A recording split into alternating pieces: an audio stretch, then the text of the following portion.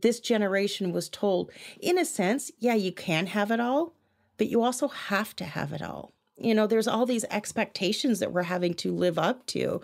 I'd like to know who made those rules because they're just not fun. That's Lucie Quigley. 5 years ago, she confronted an intense midlife identity crisis and survived what she calls her darkest day. To turn things around, Lucie had to ask some critical questions. I started to think about, well, if this isn't who you want to be, then who do you want to be? Who is that person? And that was really the first time I'd ever really given any consideration to who I am. On this episode, Lucie shares the story of her darkest day and the expectations around being a woman and a mother that led her there. We hear how she was able to reinvent herself through a unique approach to journaling and the amazing new places that this practice has taken her.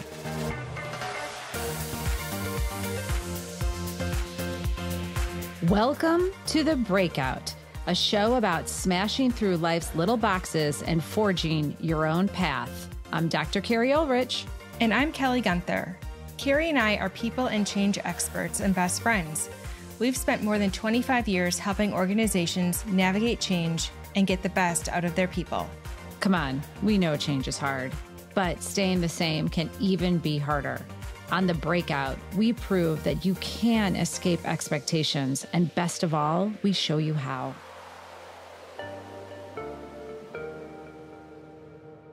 I am just like any other midlife wife and mom, but I did go through a really rough identity crisis, which is also known as a midlife crisis. I don't like that term very much, so we'll go with identity crisis. But on one exceptionally dark day for me, I broke.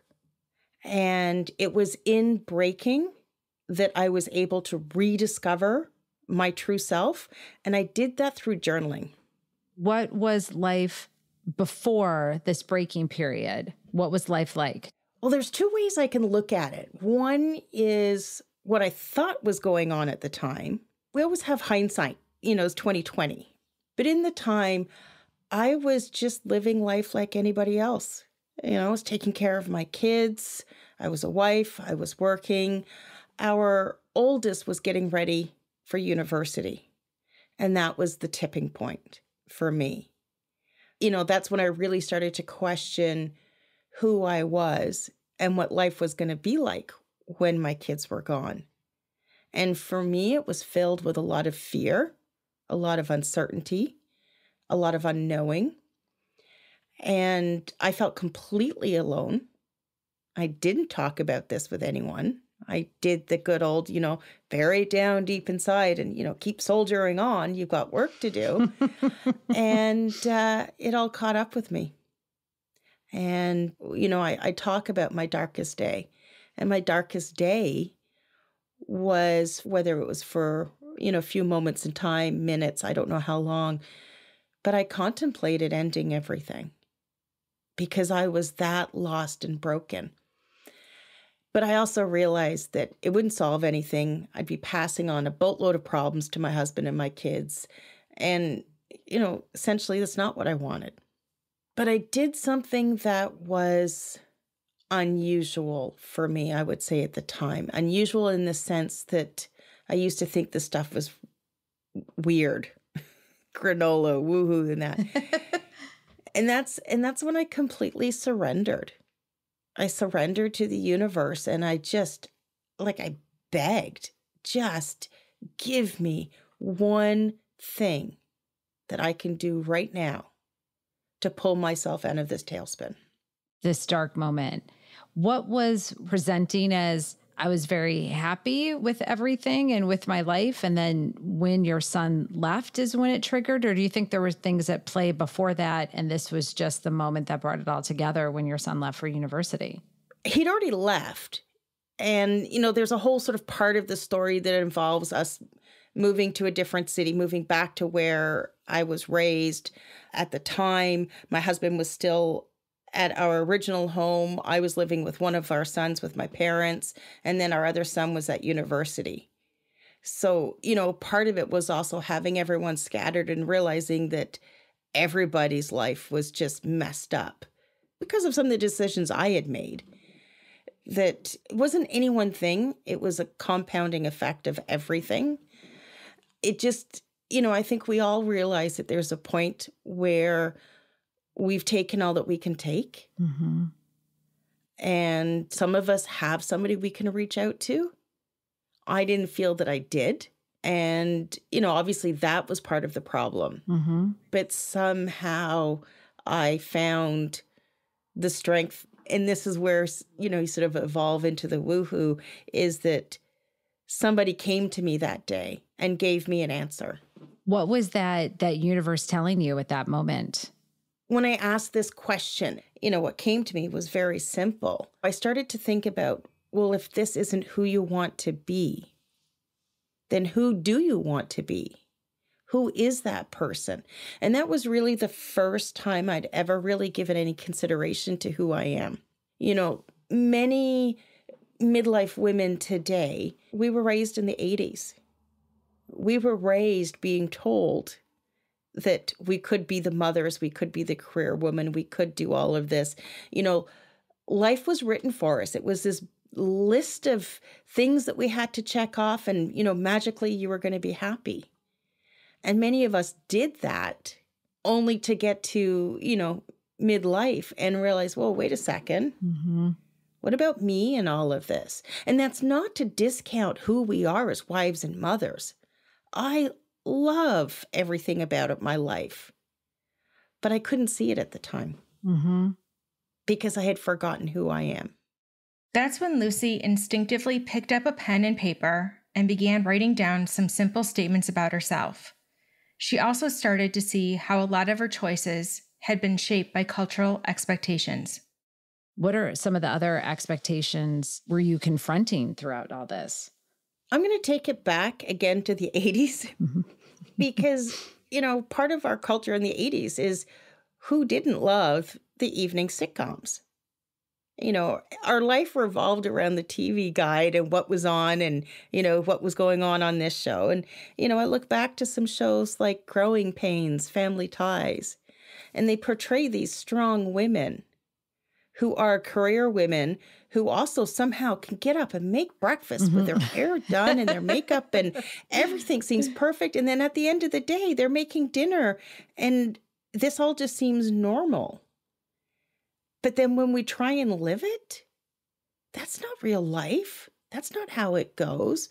But somehow, this generation was told, in a sense, yeah, you can have it all, but you also have to have it all. Mm. I don't think there's much grace given to women anymore that want to be wives and mothers and be really good at it, and that's it.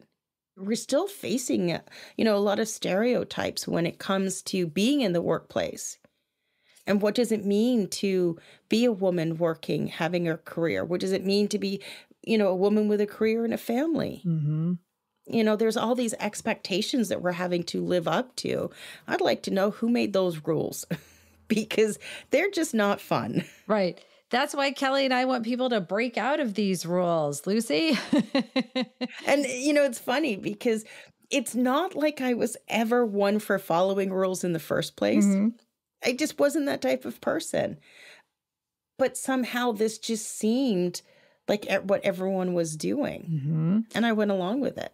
Well, like you said, it's so pervasive, and watching those shows, it's interesting. You're so right. It's the mom looks great all the time, all full hair and makeup, always done, always cooking and doing the career.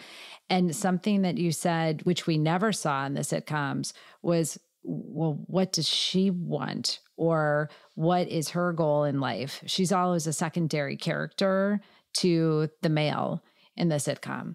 And so that kind of pervasive expectation, no wonder that's what we grew up with. And so for you, even if you think you're breaking the rules, all of society is kind of telling you that that's what you need to do. And I don't know if it's changed any.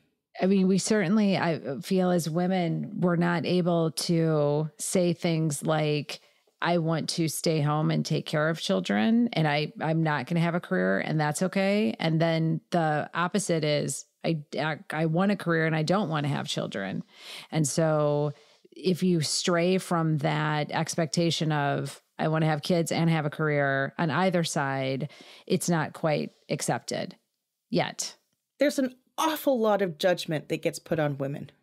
It's damned if you do, damned if you don't.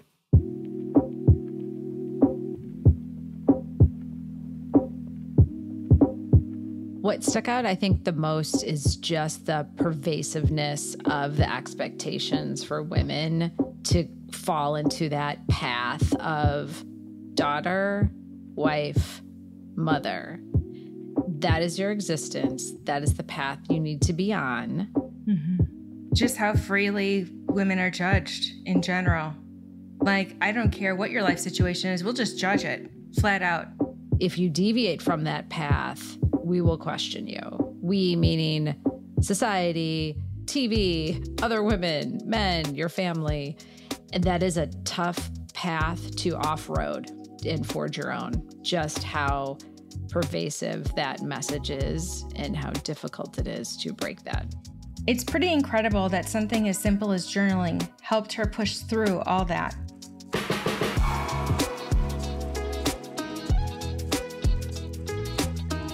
What are the challenges that you faced in moving forward, and how did journaling sort of help you through that process? Because I journaled and I found it to be helpful at times, and I found it to be not so helpful at times. So I'd be curious to find out how you found it helpful, and if there were any points where it maybe wasn't as a source of strength for you. Journaling has always been, ever since I started, always been a source of strength for me. It's that reflective time where I've really got to understand who Lucie is. But my journaling practice is very specific, and it started that day, that dark day when I started to think about who did I want to be. I just wrote down 5 simple statements about who basically the future version of Lucie is. And then I got up the next day and I wrote out those same 5 things. And I found just by starting to think about myself every day, first thing in the morning, it was really starting to tune in and to listen to myself. And over time, those 5 statements, I blended them into more of an affirmation that tied to my why. And I actually call them why-formations now, because they're powerful statements that are, they're my beliefs, are who I am. They're what I get up for every day. And, I start off every day, I write out those same 5 things. It's been 5 years. I write out the same 5 why-formations. And then I have a gratitude passage, the exact same passage I write every single day. I've been doing it for over 5 years now. And then once I get through that, then I'm really sort of tuned in to where I am. And I just start to write. Sometimes it's me writing, and sometimes I don't think it is me writing. Sometimes I'm channeling something from somewhere. I don't know. I just go with it. I've just always found that going back to my journal is where the answers are. It's fascinating. And I think that's probably the key to why journaling at times helped me. The time of day, I would often journal in the evening and resurrect everything that maybe happened over the course of the day, and I'd sit with it at night. Oh, just before bed. Oh, perfect. Just before bed. Which turned out to be the exact opposite effect that it should have. So what I'm hearing from you is it really did jumpstart your day. The why-formations, as you call them, allowed you the opportunity to really motivate you and to create an affirmation for what you wanted and who you were, and create that value statement for yourself. Yeah. And, hear a lot of girls talking about, well, write your goals out every day. But writing your goals out for me is still very, very much based in the masculine energy. And I think, collectively, we're spending too much time in the masculine energy. So when we tune into more of our feminine energy, that's where sort of the magic starts to happen. That's where things unfold. That's where we reveal things. That's where we discover things. And by starting my day by putting myself first, which is something as a mother we very, very rarely do, if at all, because it was always an alarm or a kid waking you up. That was how you started your day, and you're off to the races. Mm-hmm. And as you said, Kelly, you weren't thinking about yourself until the end of the day when your cup was empty. You were done. And that's a mistake that a lot of us mothers do. I did that for better part of 20 years.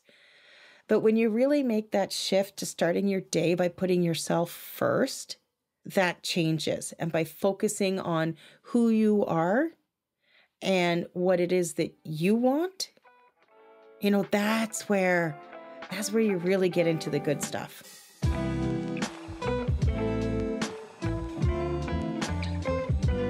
Lucie had found an incredibly effective journaling method. It had such a profound effect on her life that she's created a guided journal that she now sells on Amazon so that anyone can use the same daily practice she does to help give them focus. I really appreciate her structure on the journaling and writing at the beginning of the day, telling yourself that I can do these things. And here's the five statements, my why formations. It's a great way to start your day. Why would you want to start your day by getting up and saying, I feel fat and ugly today? Like, that's a horrible way to start your day. Why don't you start the day the other way? And how, even when she said it, I could feel myself as a female going, oh, I don't know if we should talk that way about ourselves right away. Like, you're being too uppity and fancy by putting yourself first because you have a husband and a child or a career that you're supposed to put above you. It was such a shift from what she had been doing. And so that had to have been such a dramatic change.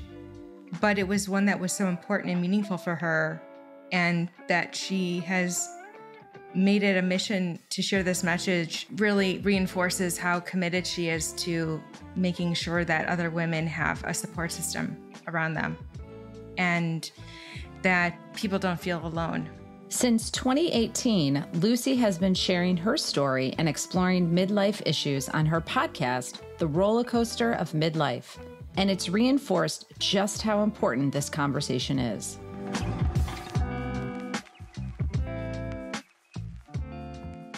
I have noticed the more I share my story, the more women I connect with.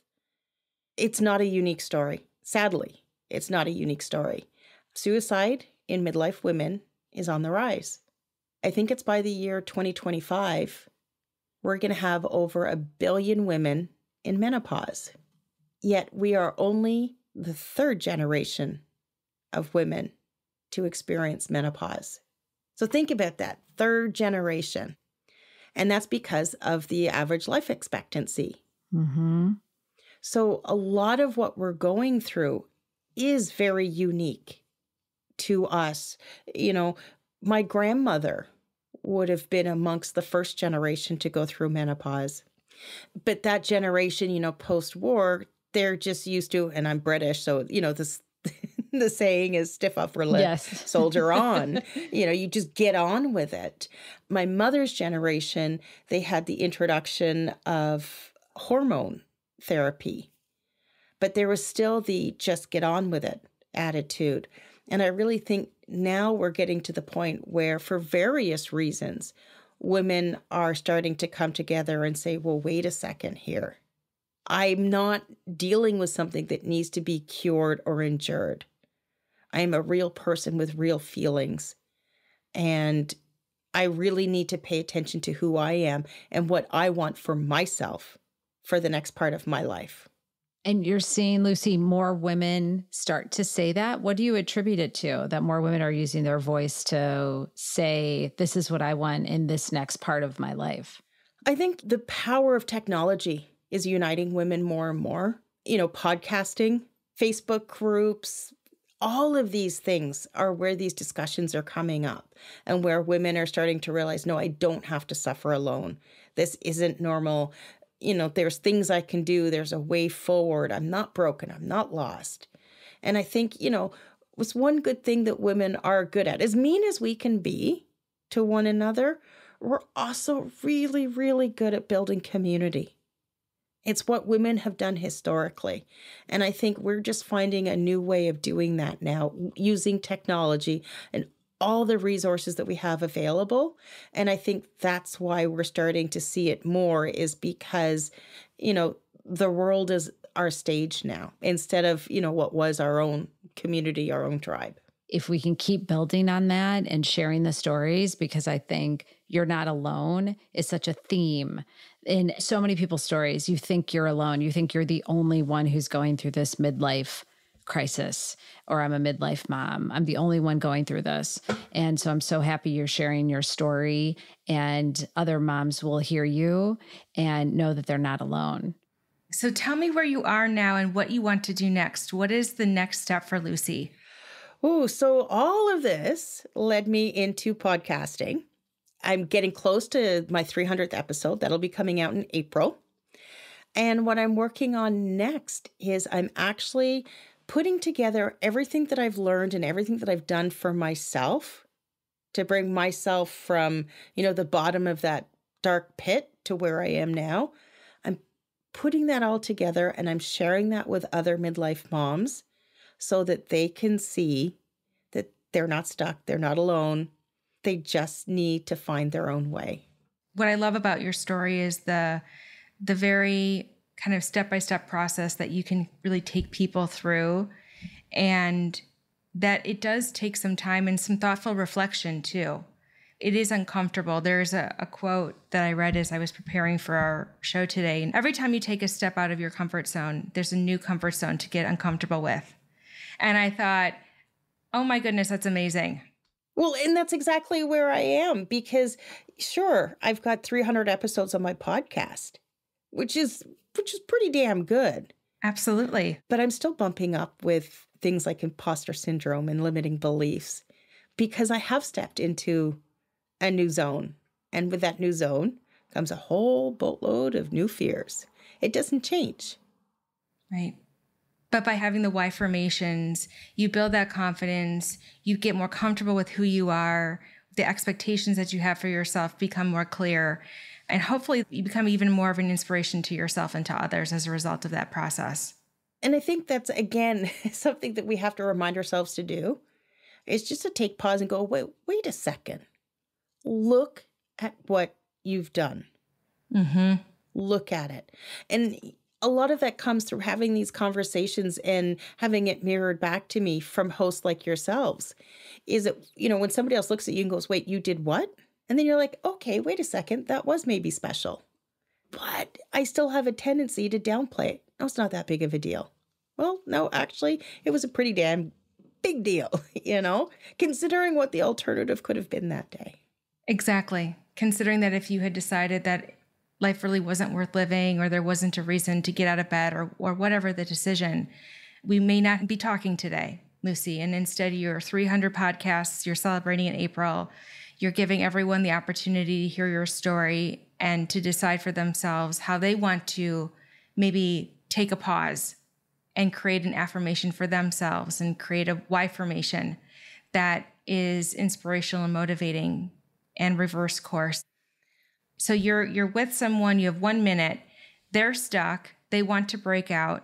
What do you tell them? What advice do you give? First of all, I'd want that person to know that they are not alone. As hard as this may be to hear, they are exactly where they're supposed to be. They're not broken. They're not lost. They've just forgotten who they are. Now, if you think back, as wives and mothers, we knew that we had to plan our weddings. We had to get ready for the birth of our children. We meal planned. We had cleaning schedules and play dates and calendars. We had all of that stuff.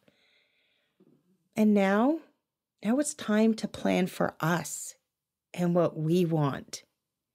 And I think that's the part that we've all forgotten. That all that energy we used to spend on other people raising our kids, that energy is now for us. This is where we get to be whoever it is that we've dreamed of being. Lucie, it's such an honor to speak with you and to hear your story and to hear all of your valuable insight, and for being so vulnerable with us. One of the greatest things that we hear from our podcast is just the vulnerability that comes from each of our guests.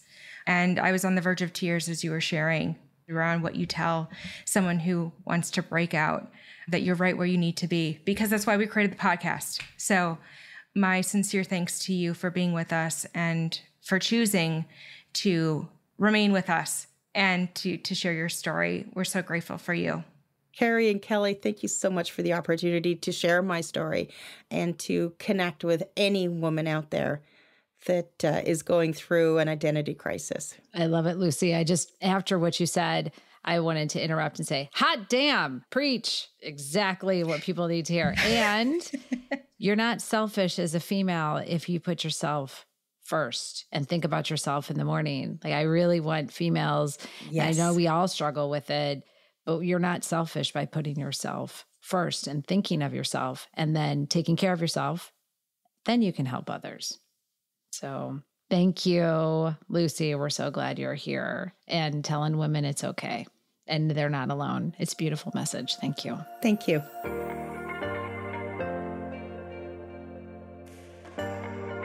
It's so hard if you're focused on your family, your husband and your child, your wife and your child, and that is how you define yourself. When they leave the house, that is such a significant shift because your whole reason and your whole purpose is now gone. Same thing when you have a career and they fire you that day or you get laid off and you think, oh my God, what am I supposed to do? Because I defined myself through this job.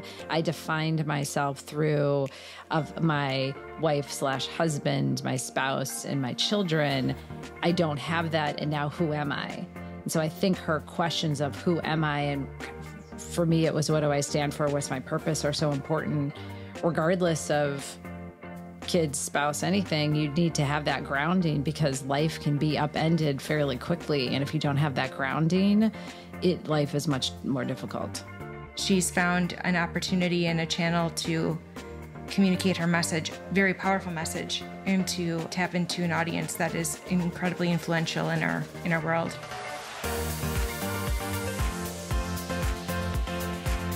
If this episode inspired you or made you think, give us a 5-star rating and spread the word. It helps us reach more people who just might need these stories. And don't forget to subscribe to The Breakout so you never miss a new episode. I'm Kelly Gunther. And I'm Dr. Carrie Ulrich. See you next time.